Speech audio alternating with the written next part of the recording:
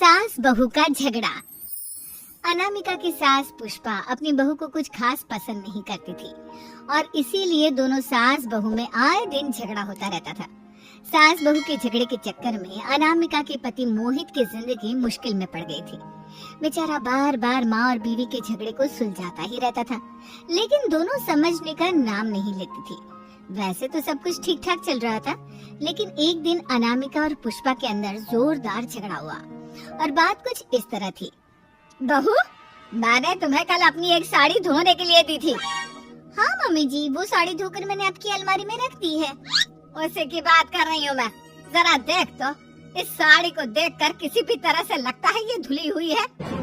अरे मम्मी जी, मैंने आपकी साड़ी वॉशिंग मशीन में अच्छे से धोकर सुखाकर आपकी अलमारी में तह बनाकर रखी थी। आपके तो नखरे खत्म ही नहीं होते। अरे कैसे बात कर रही है मुझसे?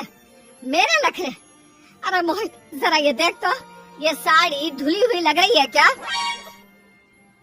अरे मम्मी, जब अनामिका कह रही है कि उसने साड़ी धोई थी तो मान लो ना।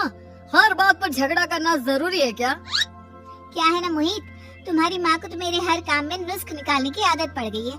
जब तक दो चार खरी खोटी सुना नहीं लेती ना, इनका दिन नहीं निकलता। अरे चुप कर, बहू होकर मुझे जवाब देती हो। एक तो गंदे कपड़े उठाकर अलमारी में रख दिए, ऊपर से कैंची की तरह कचर कचर बोली जा रही हो। अरे मम्मी जी, आपको समझ में नहीं आता क्या? मैंने साड़ी धो कर रखी थी, तो फिर इतनी गंदी क्यों लग रही है? मुझे क्या पता मम्मी जी, आप इस पर इस तरह तेल और घी की चिकनाई के दाग लगाकर लाएंगी तो ये मेरी जिम्मेदारी थोड़ी ना है। अरे तो हाथ से धोना चाहिए था ना। मैं आपकी बहू हूँ, नौकरानी नहीं जो एक कपड़ा रगड़ रगड़ कर हाथ से धो दूंगी। आपको पहननी है तो पहनिए, नहीं तो रख दीजिए। तुझे तो मैं अच्छी तरह बताऊंगी, मुझे जवाब देती है। एक दिन सुबह के वक्त, अरे अनामिका, मेरी व्हाइट शर्ट कहाँ है? आज ऑफिस में बहुत बड़ा प्रेजेंटेशन है और मुझे वो व्हाइट शर्ट पहन कर जाना है। मुझे पता है, आपने मुझे 2 दिन पहले ही बता दिया था और आपकी शर्ट मैंने धोकर अच्छी तरह आयरन करके अलमारी में लगा दी है। जाइए वहाँ से ले लीजिए। अनामिका, ये तुमने क्या किया? ये देखो, शर्ट पर लिपस्टिक का दाग लगा हुआ है और ये तो एक जगह से जल भी गई है। नहीं नहीं मोहित, ऐसा नहीं हो सकता। मैंने तो तुम्हारी शर्ट ठीक से इस्त्री करके अलमारी में लगाई थी। तो फिर ये जल कैसे गई अपने आप? अलमारी में लटके लटके थोड़ी ना जल जाएगी। पर मोहित, मुझे अच्छी तरह याद है। देखो, अपनी गलती को छुपाने की कोशिश मत करो। और अगर शर्ट जल भी गई थी तो तुम्हें पहले बताना चाहिए था ना। मैं नई शर्ट लेकर आ जाता। अब ऐन वक्त पर शर्ट कहाँ से लेकर आऊं? मेरा इतना इम्पोर्टेंट प्रेजेंटेशन था, सब खराब हो जाएगा। अरे बेटा, क्यों परेशान होता है? ये देख, मैंने तेरे लिए पहले से ही एक नई व्हाइट शर्ट ला कर रखी है। लेकिन मम्मी, आप मेरे लिए व्हाइट शर्ट क्यों लेकर आई? अरे मुझे पता था तेरा प्रेजेंटेशन होने वाला है और अपनी इस बहू पर तो मुझे बिल्कुल भी भरोसा नहीं। क्या पता मेरी साड़ी की तरह तेरी शर्ट भी गंदी करके रख देती। और देख, वही हुआ ना। बेटा, सारी टेंशन छोड़ और ये नई शर्ट पहन कर जा। थैंक यू मम्मी, आज तो आपने बचा लिया मुझे। कुछ दिनों के बाद, अरे अनामिका, जानती हो, ऑफिस में मेरा जो दोस्त है ना अमर, आज उसका बर्थडे है और उसे तुम्हारे हाथ का चॉकलेट केक बहुत पसंद है। थोड़ा सा बनाकर टिफिन में रख दो ना प्लीज। हाँ हाँ, क्यों नहीं, मैं बहुत अच्छा केक बनाकर आपके दोस्त के लिए रख दूंगी। तुम्हारे हाथ का खाना खाकर तो वैसे ही मेरे ऑफिस के सारे लोग इतनी तारीफ करते हैं, क्या बताओ। प्लीज एक अच्छा सा केक और बना दो, मेरी तो ऑफिस में शान बढ़ जाएगी। अनामिका केक बनाने के लिए रख देती है। पुष्पा चुपचाप जाकर उस पर ढेर सारा नमक डाल देती है। देख अमर, तेरी भाभी ने तेरे लिए चॉकलेट केक बनाकर भेजा है, तुझे बहुत पसंद है ना? यार, तू बहुत किस्मत वाला है, भाभी इतना अच्छा खाना बनाती है और साथ में केक भी। वैसे भाभी को थैंक यू बोलना। थैंक यू बाद में, पहले तो ये केक खा कर देख, बहुत मेहनत से बनाया है अनामिका ने। अरे यार, इस केक में तो बहुत सारा नमक है। लगता है भाभी ने शक्कर की जगह खूब सारा नमक डाल दिया है। अरे मोहित, तू तो अपनी बीवी की कुकिंग की बहुत तारीफ करता फिरता है। जरा पूछना अपनी बीवी से, केक में नमक कब से डलने लग गया? क्या यार, तुझे भी मेरा ही जन्मदिन मिला था बिगाड़ने के लिए? केक नहीं लाना था तो मत लाता, कम से कम मुझे इस तरह नमक वाला केक तो नहीं खिलाता। अरे नहीं यार, अनामिका ऐसा नहीं कर सकती, जरूर कुछ गड़बड़ हुई होगी।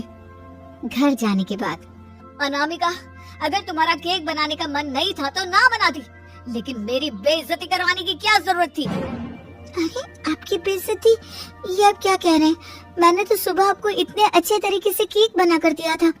हाँ, लेकिन उसमें इतना सारा नमक डाल दिया था कि आज ऑफिस में मेरा अच्छा खासा मजाक बना है। मेरे सारे दोस्त हंस रहे थे मुझ पर। अरे बेटा, मैंने तो तुझे पहले ही समझाने की कोशिश की थी। एक नंबर की गैर जिम्मेदार है ये लड़की, कोई काम ठीक से नहीं करती।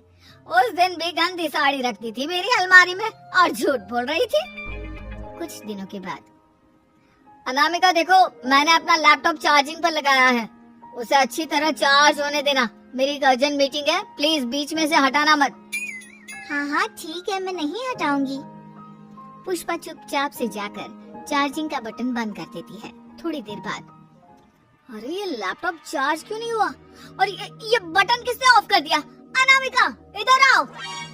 क्या हुआ? क्यों चिल्ला रहे इतना?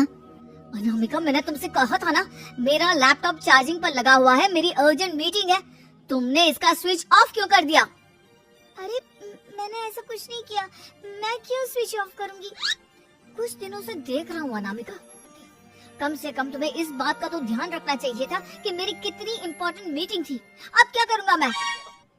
आई एम सॉरी मोहित, लेकिन सच में मैंने जानबूझकर कुछ नहीं किया। अगर जानबूझकर नहीं किया तो क्या सब कुछ अपने आप हो जाता है? कभी मेरी शर्ट जल जाती है, कभी केक में नमक डल जाता है। आप मेरी बात क्यों नहीं सुनते? मैंने जानबूझकर कुछ नहीं किया। फिर से वही बात। अरे कितनी बार तुम्हें समझा चुका हूँ, इस तरह मेरा काम बार बार मत बिगाड़ा करो। तुम जानती हो मुझे कितनी प्रॉब्लम होती है। ऑफिस में तो पहले ही बेइज्जती करा चुकी हूँ, और अब ये मीटिंग, ये भी मेरे हाथ से निकल गई। अनामिका की समझ में कुछ नहीं आता कि आखिर उसके साथ ये सब क्या हो रहा था और क्यों हो रहा था। फिर कुछ दिनों के बाद मोहित अपने ऑफिस से कुछ फाइल लेकर घर आता है। अनामिका, ये कुछ फाइलें हैं, इन्हें संभाल कर रख दो, और प्लीज इस बार ध्यान से, कोई गड़बड़ी नहीं होनी चाहिए। नहीं मोहित, कोई गड़बड़ी नहीं होगी। मैं सारी फाइल्स अलमारी में लॉक करके रखूंगी और चाबी अपने पास रखूंगी। अनामिका, जरा अलमारी की चाबी तो देना। क्यों मम्मी जी, आपको क्या काम है? उसमें मोहित की जरूरी फाइल रखी है और मैं नहीं चाहती कि इस बार कोई भी गड़बड़ हो। पता नहीं कुछ दिनों से हर काम खराब हो जाता है। अरे मुझे उसमें से पैसे निकालने हैं और उसके बाद ले लेना अपनी चाबी। मैं खा नहीं जाऊंगी तुम्हारे पति की फाइल। अनामिका को अपनी सास पर शक होता है। चाबी देने के बाद वो चुपचाप छुपकर अपनी सास की हरकत देखती है। ये फाइलें उठाकर डस्टबिन में डाल देती हूँ, फिर देखना कैसे मोहित इसकी खबर लेगा। इस बार तो छोड़ेगा नहीं इसे। वैसे भी पहले मैंने जो कुछ भी किया है उसकी वजह से अच्छी खासी डांट पड़ी है, मजा आ जाएगा। अच्छा तो ये बात है, सारा काम मम्मी जी बिगाड़ देती हैं, वो भी इसलिए क्योंकि मेरा उनसे झगड़ा हो गया है। सास के जाने के बाद अनामिका मोहित को बुलाकर लाती है। क्या हुआ अनामिका, क्या दिखाना है? ये देखिए, आपकी फाइल डस्टबिन में पड़ी हुई है। इसीलिए तो कहा था संभाल कर रखना, और तुमने उठाकर ये फाइल डस्टबिन में डाल दी। मैंने नहीं, तुम्हारी मम्मी ने डाली है, मुझसे बदला लेने के लिए, ताकि तुम मुझे डांटो। और अगर मैंने डाली होती तो मैं तुम्हें दिखाने के लिए बुलाकर तो नहीं लाती ना।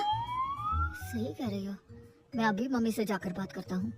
थोड़ी देर बाद, मम्मी सच सच बताइए, मेरी फाइल अलमारी में से निकाल कर डस्टबिन में आपने डाली थी ना?